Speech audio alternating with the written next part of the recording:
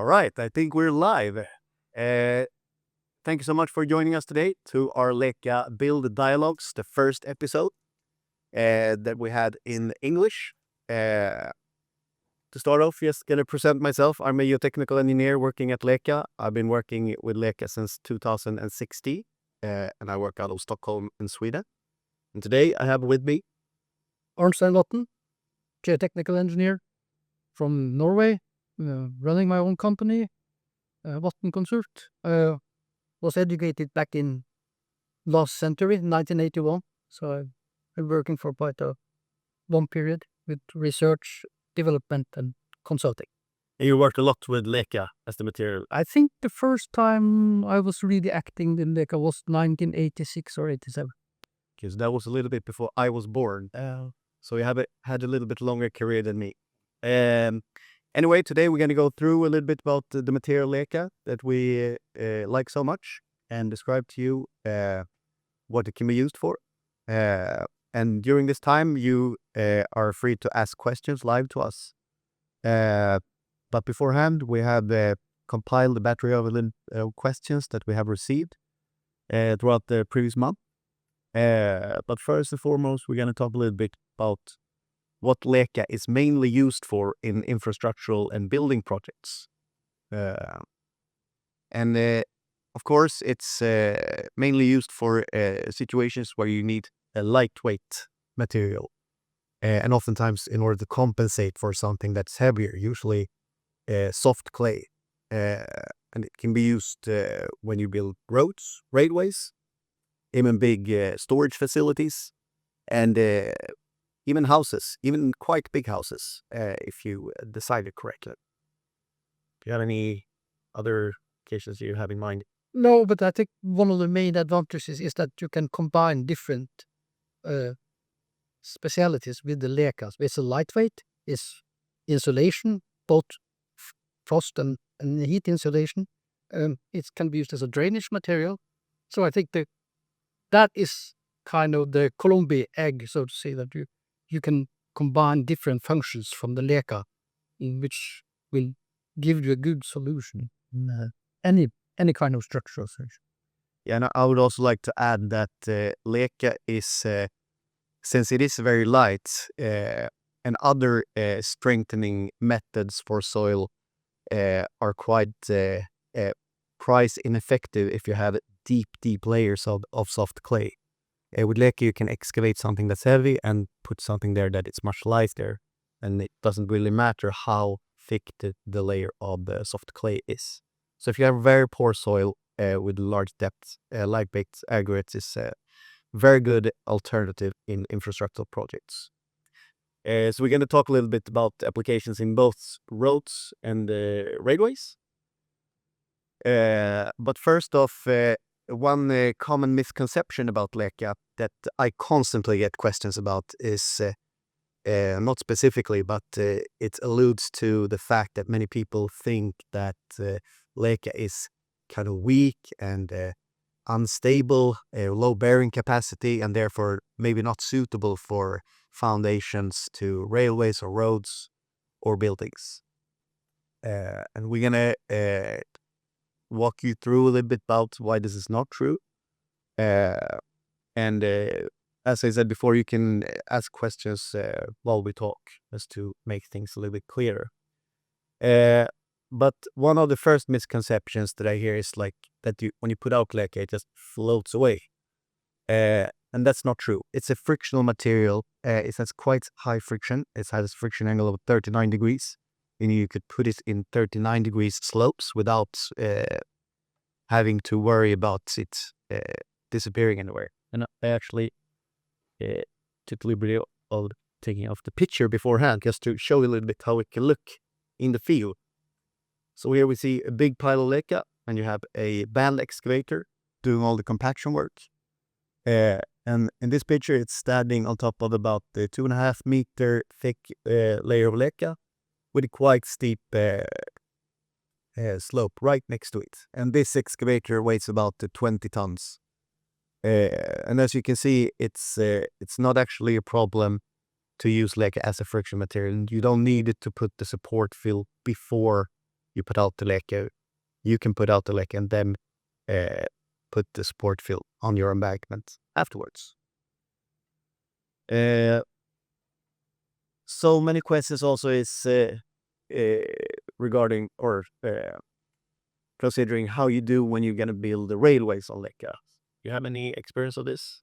Yes, well, leka has been used for railway structures for a number of years. I think first application I heard of was late 60s or something when they were building it. And it's correct, right? You said that basically leka is a friction material, and the friction angle is kind of similar to what you have in crushed rock or coarse sand. So if you're going to compare leka and the frictional properties with a conventional material, that is where you are operating. There is one difference, of course, because leka is a lightweight material. So the point is that it has a stiff core with pores, which means that if you are applying too high contact stress, then you may exhibit crushing. But then you are at a stress level which is not a conventional material in a conventional structure. So basically, if you consider it as a frictional material, you should think about it in a similar way as we do with a conventional crushed rock or sand. And if you're going to build a railway structure, you can use this as a lightweight fill, typically, for example, soft topsoil to avoid differential settlement. And then you have to have a superstructure above because that is to avoid the contact stresses that you have from the loading on the railway. But once you have established the leka fill and you have established this superstructure, it's not a problem to build a railway structure on top of that one. And it has also some other, like we discussed previously, that it has lightweight, so you reduce the possibility for settlement, you reduce possible stability problems with the failure under the embankment, but it also has the possibility in the frost insulation for drainage, and also it can act as a way of reducing vibrations, because you can break the wave with using lightweight material. Away from the high-speed trains. For example, a high-speed train, we know that some high-speed trains in particular soil conditions, they can have vibrations. And using leka can reduce the risk of having this type. Yes. So this is quite big and complicated questions when coming to like details in design and prescription. But we just wanted to mention in this forum that we're going to have a seminar about a full-scale test on railways that currently is being executed in Spain. And at the end of this seminar, you're going to be able to sign up to this one that we will have more information about later. But shortly, it's in that superstructure that we tested in Spain. The superstructure thickness was about 900 millimeters thick.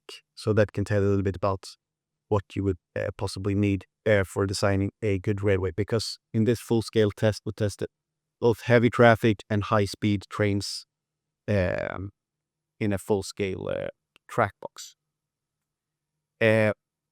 Other questions that I frequently get from contractors is how to use the material. How is it in production used? Because depending on the specific project, you might have the need to use wheel vehicles to drive directly on top of the leka.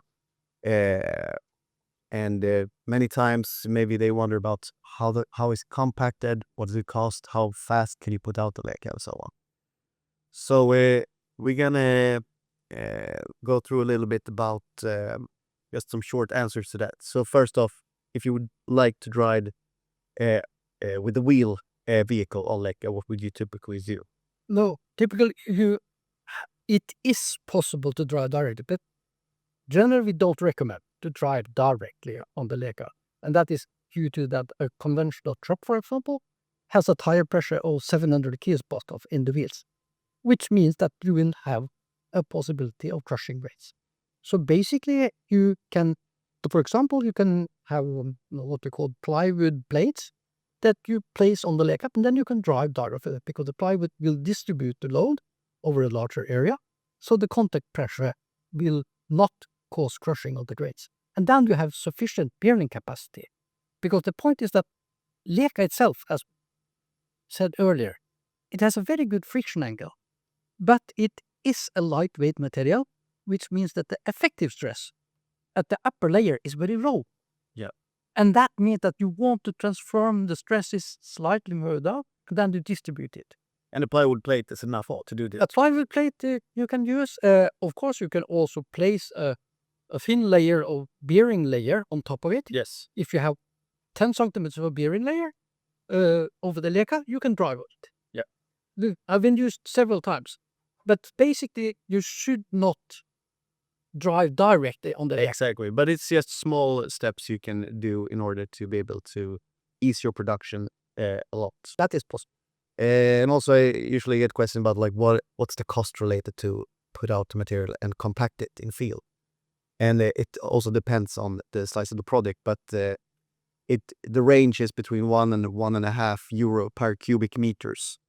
If you have the possibility to take in a lot of Leka at the same time, and you have a band excavator do the compaction. We also got a live question now, actually, and it's related also to the topic we had in the beginning. What is the typical depth of the Leka fill for roads and railways? Yeah, basically, if you're going to make what we call compensating foundation, that means that you don't add an additional load to the subsoil, because that is a way of avoiding settlements. And then it's a calculation dependent on what is the height of the total fill, and then you have to excavate to adapt. That means that the weight of the material that you excavate is the same as the weight of the Leka fill and the superstructure above it. But typically, if you excavate 1 meter below subsoil, you can have a Leka fill which is 3 meters plus a superstructure on both. Yeah, because at least in most projects that I've been involved with, we usually also say that the Leka or the lightweight aggregate layer usually is about 2 to 3 meters, depending on the specific project's preconditions. Sometimes it can be such because you need to build an embankment with Leka. Yep. So if you come too high, if the need for elevating the current soil is too high, sometimes you can use maybe styrofoam blocks and stuff, because then you can go even higher up. But for the absolute most part, you can do an embankment with Leka lightweight filling for both roads and railways. But there can be situations where you don't want to excavate that deep. For example, if that means that you are coming into a layer with quick clay, very soft clay, you don't want to be in that at that level, then you can do something like that. But in general, in most cases, I have never been into a city where I had to kind of use other types of material than Leka as lightweight material, because generally you have the difference in weight is so big that generally you have the possibility to dig and make a compensated foundation. And you can also say that if you're able to combine, so you just have to reduce the settlement, you can accept some settlement, then you can also reduce then the amount of excavation. It's also such that in Sweden, at least, we have the possibility to help prescribers design the embankments with the preliminary calculations. So if you are a prescriber and you have questions regarding your specific project, you can always reach out to one of the sales representatives at Leka, and you will get good help in designing calculations and so on. I think we got another question. I'm gonna just bring it up.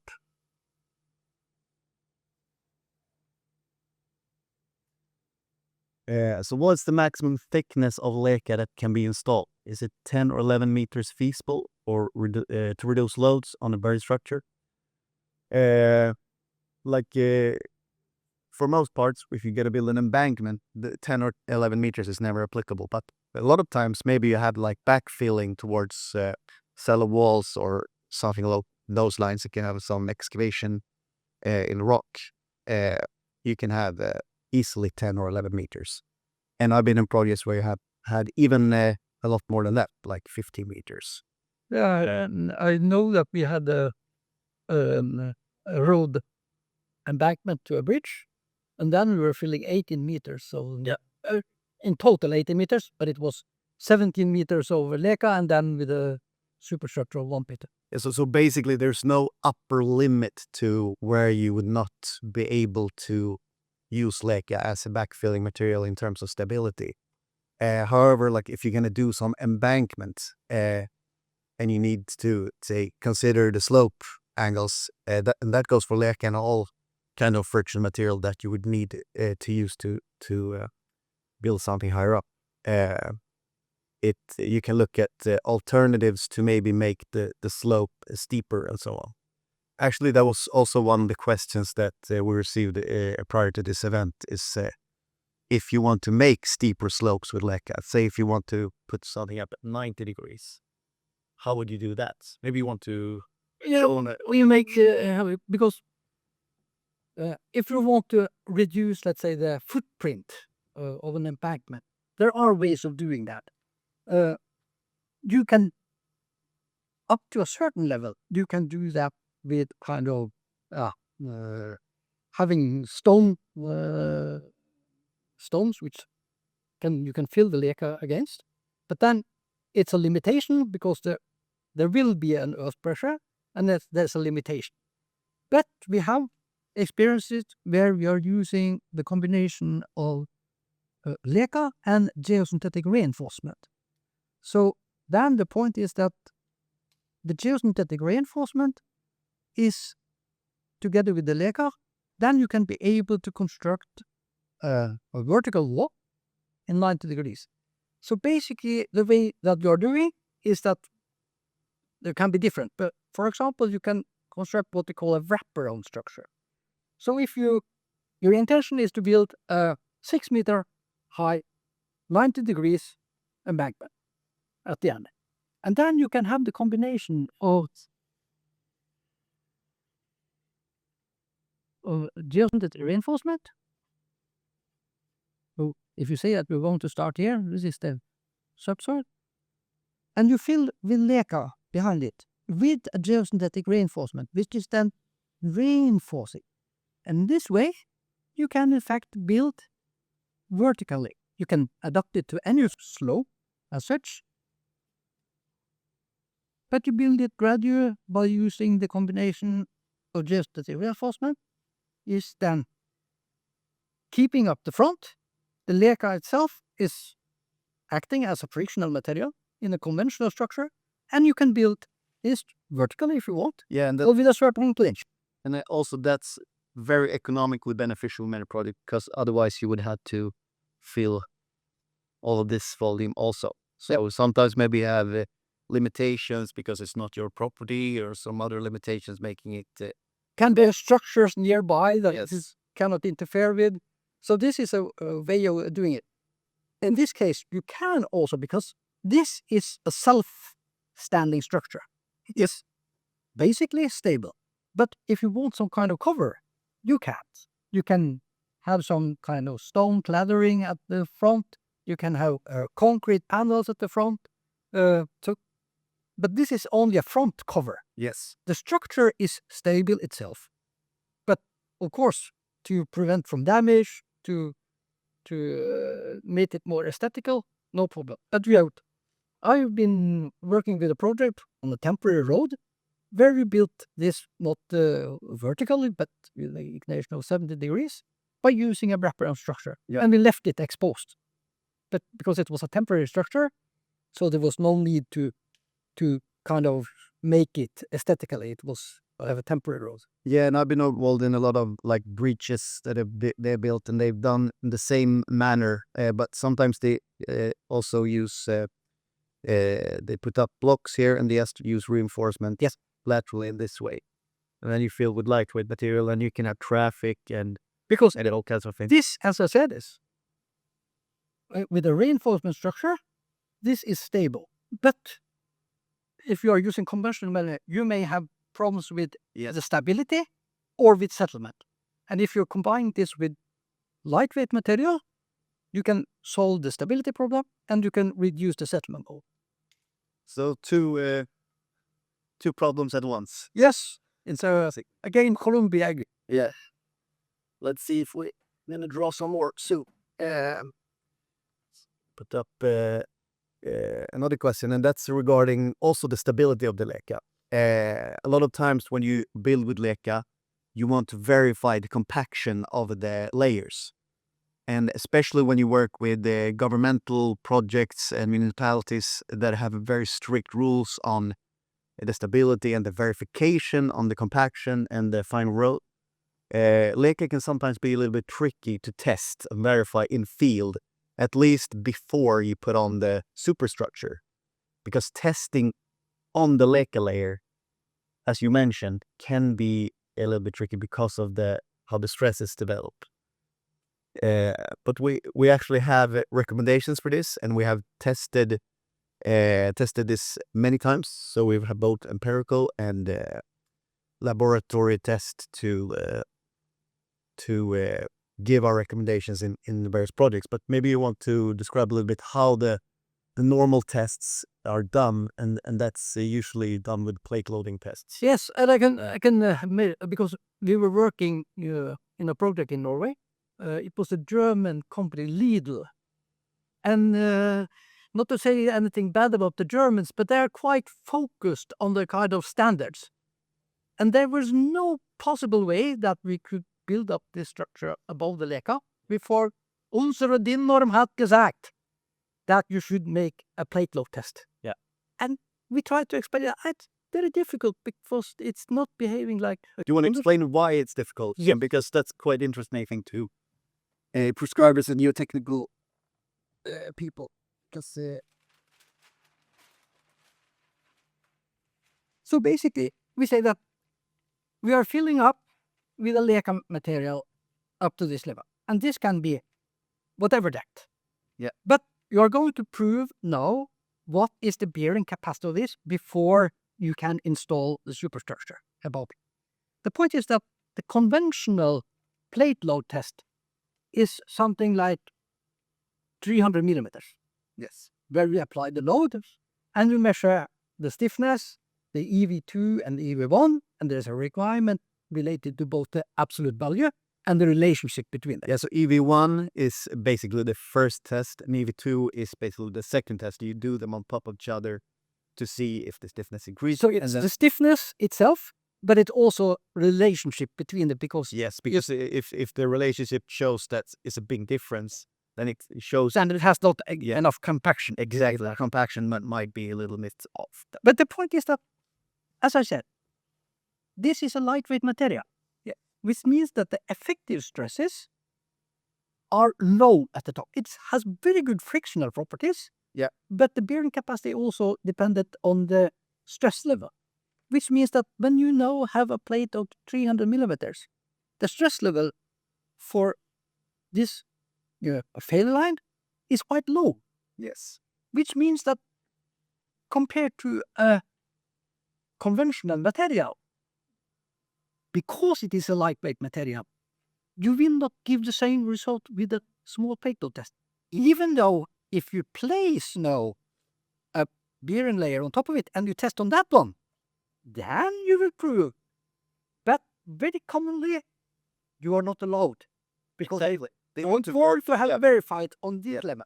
Because the consequence, if you can't verify it here, and you're not allowed to place. Yeah, but if you place this and verify, and you don't get the values that's good enough, then you have to excavate, remove everything again, and it's very time-consuming and costly. But what you can do basically is you can use an extended plate. Yes, that is a possibility, because if you have using an extended plate, your slip circle go deeper, and you have a higher stress level down to this one. But there is also established, and I think you are the Yep. one which knows it, So and a relationship. exactly, because the extended plates, they're not standard and they're not always available for testing. So we at Leica, we have come up with a recommendation based on our own tests and empirical results. And basically it says that if you use a 300 millimeter, which is a standard plate test, and you achieve an EV2 value of at least 25 megapascals, which sounds very low, and you put on your superstructure, typically like 0.5 meters or something like that, we know that you will get an EV2 value of at least 140 megapascals, which is more than enough for the absolute most infrastructural projects. However, as you mentioned earlier when we discussed this a little bit, it may be project specific. So if you have these kinds of problems in a project, we would recommend that you do this plate load test and verify the compaction on top of that for reference in your own project for further use. So you start out with doing an initial test, Yes. which you show the relationship between what you get direct on the Leica, what you get on top of the superstructure. Then you have established the relationship, and then you can continue doing the testing direct on the Leica.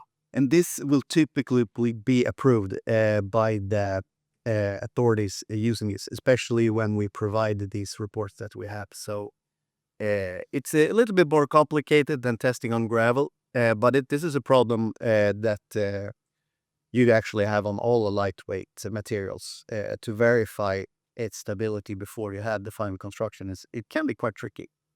The point is that these test methods, they are developed based on conventional materials, and they are not adopted as such to Leica or lightweight material in general. So you have to establish a new relationship, or you have to verify by other ways of like having a requires related to the amount of compaction. You can take samples and show what is the density of the material. That shows that you have enough compaction. But this is a way of doing it if it is required that we do a verification by plate load. And sometimes that is just as I said, there was no way of passing through. Yeah. And then we established this relationship, and that was documented with an extended plate, and everybody was happy. The thing is, the problem sometimes with lightweight filling is that it's actually a niche solution. It's not used widely in all projects. It's just used when you have these poor soils and so on. But for us, we use it all the time because we work with this. But the standards and so on is not really designed for using on lightweight aggregates. But this is one of the solutions that we have today, and it's very good for road and infrastructure projects to verify compaction on the Leica before you put on the superstructure. And it has to be said that there's a lot of experience related to the amount of compaction which is needed to obtain. And the guidelines which are given is in fact based on a lot of experience, a lot of documented research. But sometimes it doesn't help. If you're working with somebody who's not familiar with Leica, never used it before, based on the test methods that we are used. One thing that's actually a little positive about this compaction and the Leica and then lightweight aggregates is the fact that you don't need as much energy in order to compact the material. So sometimes if you have a structure of Leica and a thickness of Leica that is up to 1 meter thick, and you have the superstructure of the 0.5 meters, you're still going to be able to compact the whole structure by only compacting the superstructure. So this we had used in a lot of both roads projects and other projects where for logistical and production related reasons it has been beneficial to just put out the Leica. You don't compact it at all, put out your geotextile and your superstructure, and then you compact thoroughly the superstructure, and you verify that the compaction declines, and then we know that the Leica underneath up to 1 meter is compacted. And this has been thoroughly tested. So this has been a real advantage for Leka in a lot of infrastructural projects, making the project go faster and be more economically viable. I think it's Construction. easy to explain why. Yeah. You need, because the point is that compaction is basically moving grains. Yes. And moving grains, the energy needed is dependent on the weight. Yeah. And when you have a lightweight material, you don't need so much energy to move the grains, so you get the compaction. So it's logical. Yeah, I think we're not going to draw that, but if you need more information on that, you can always also reach out to your sales representative, because it's a solution that's actually been quite useful, I've seen in projects, just because of the economical efficiency in the production. Another very important topic that we have discussed is the environmental consequences of using, especially Leka as a light, because the environmental impact of building and construction and infrastructure, it makes a huge environmental impact, and the industry is looking towards solutions that are more environmentally friendly. So one frequently asked questions that we have is, of course, is Leka environmentally friendly? And just shortly, one of the main benefits with Leka is that possible to reuse. So you can put in Leka and you can have it there for 10, 20, 30, 40 or 50 years. And then you can come back, you can excavate it, and you can reuse it in your next infrastructural project. And in Sweden, we have a buyback program. So we buy back Leka that contractors excavate, and we resell it as reused Leka with almost no environmental impact connected to it. And in other terms, for the newly produced Leka, we've done a lot of investments in order to use environmentally friendly fuel to power the Leka production. And so the carbon dioxide footprint has been drastically lowered in the last 5 years or so. Also want to mention the EPD. Are you familiar with that? Yep. That's kind of the document you look at for a product when you try to establish if it's environmentally taxing or not. So basically, you have the carbon dioxide amount connected to every cubic meter or so for a material. And as I said, this has been done a lot. We have new standards also on the EPDs, adding a new column where you can take into account the ability to reuse the Leka. So you have a new column in the new standards of EPDs where you can subtract a substantial part of the carbon dioxide footprint generated during production because of the fact that you can reuse it. And so because of that, it's actually Leka specifically is one of the absolute most environmentally friendly lightweight airbags you can use. And many projects we have actually been chosen because of this reason. Well, I know that. I remember for a construction project, it is the total environmental impact you have to go. Okay, Leka itself has its EPD with its specificity, but when you're going to look at the impacts of the structure itself, then you have to take into account all the aspects related to the construction. And for example, if you can reduce the excavation by using LVA, you can reduce the amount of material transported into the area by using LVA. This reduces the total CO2 impact from the construction works. So it's the total. You've just I've been working at the university in Trondheim for 10 years, and we have just developed a tool which is then going to calculate the CO2 impact from all activities. And then you can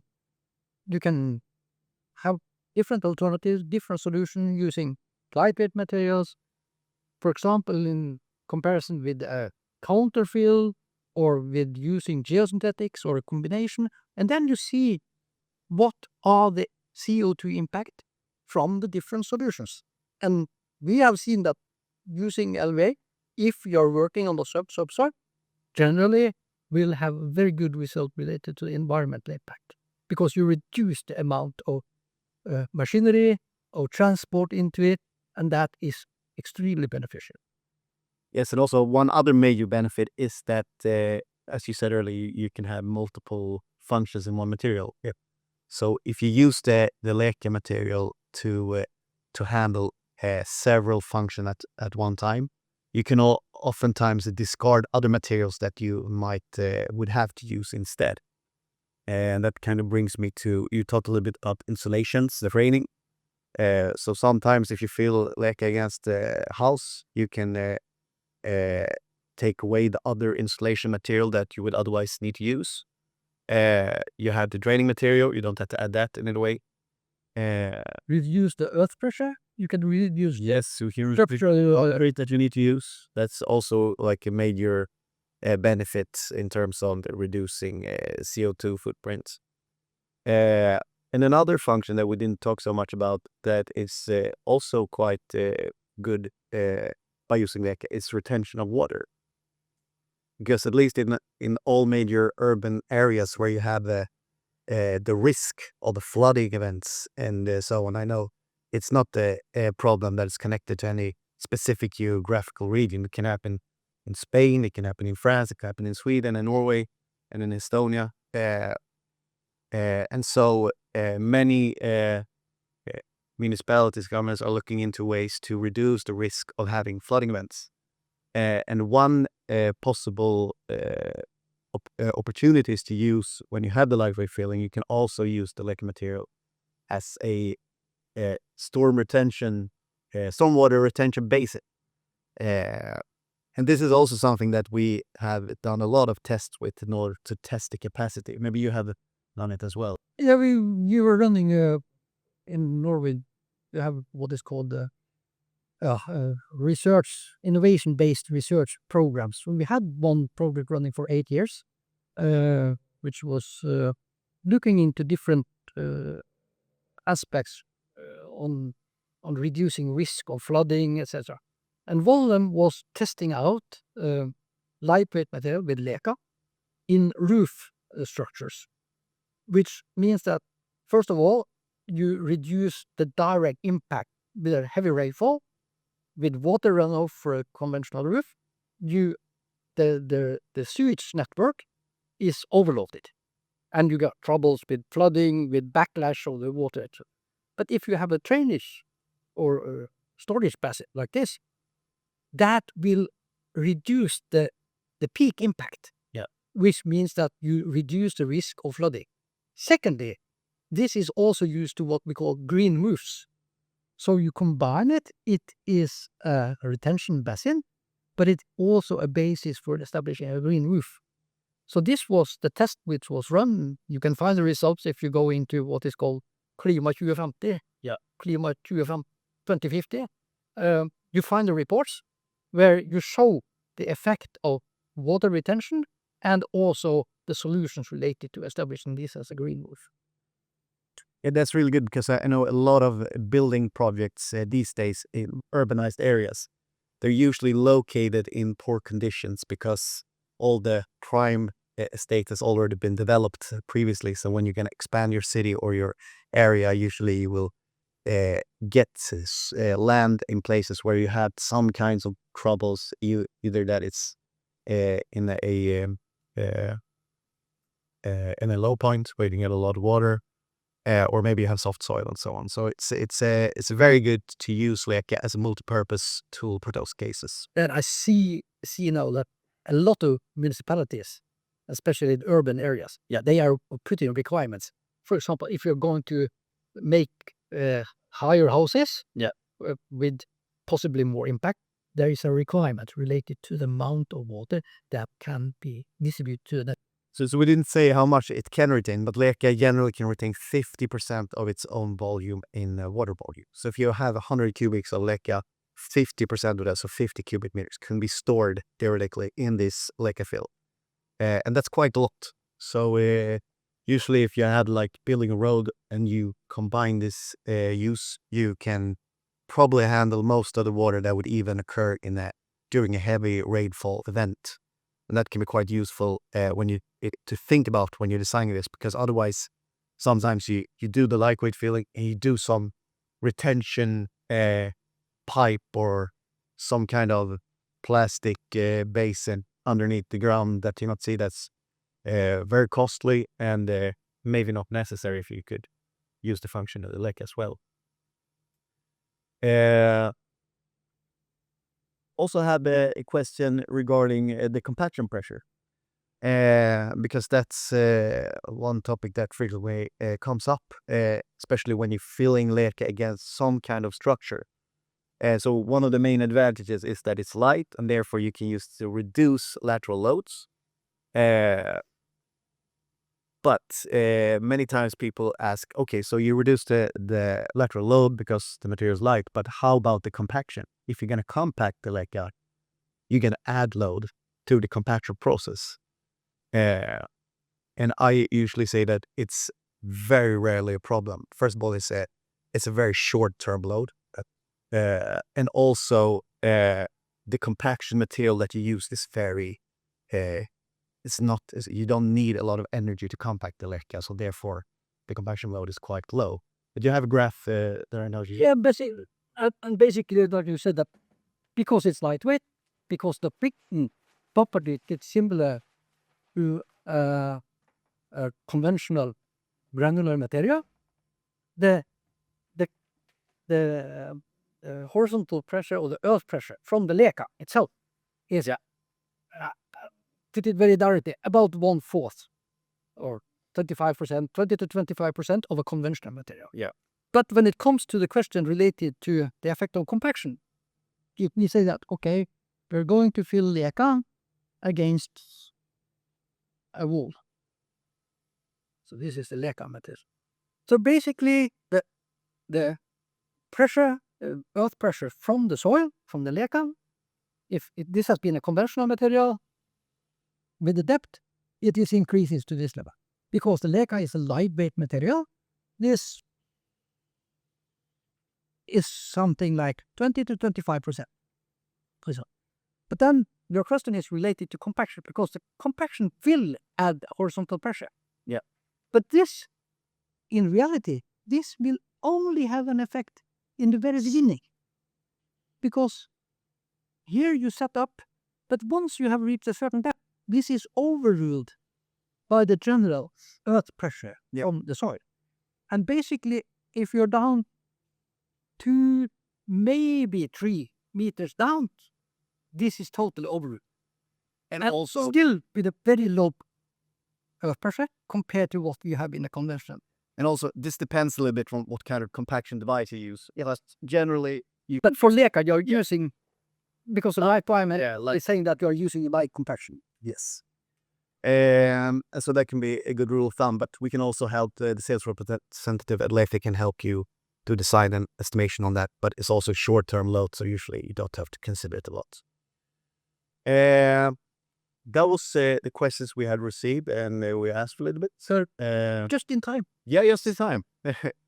So perfect. But I would really like to recommend you, if you want to know more about building railway structures on top of Leka, you should really sign up for the CEDEX seminar or webinar that we're going to have here further on this year, where we're going to go through the results from the full-scale test that we talked a little bit about previously, where we tested railways, we tested high-speed trains, heavy load trains in various speeds to evaluate the Leka fill with the approximately 900 millimeters superstructure. I think it's very valuable to know if you work with or come in contact with designers or prescribers or people who are involved in projects building railways. So please sign up for that. And also reach out to your Leka sales representative if you have any further questions. We really like to help you succeed in your projects. So thank you so much, Arnstein, for today, and looking forward to seeing you So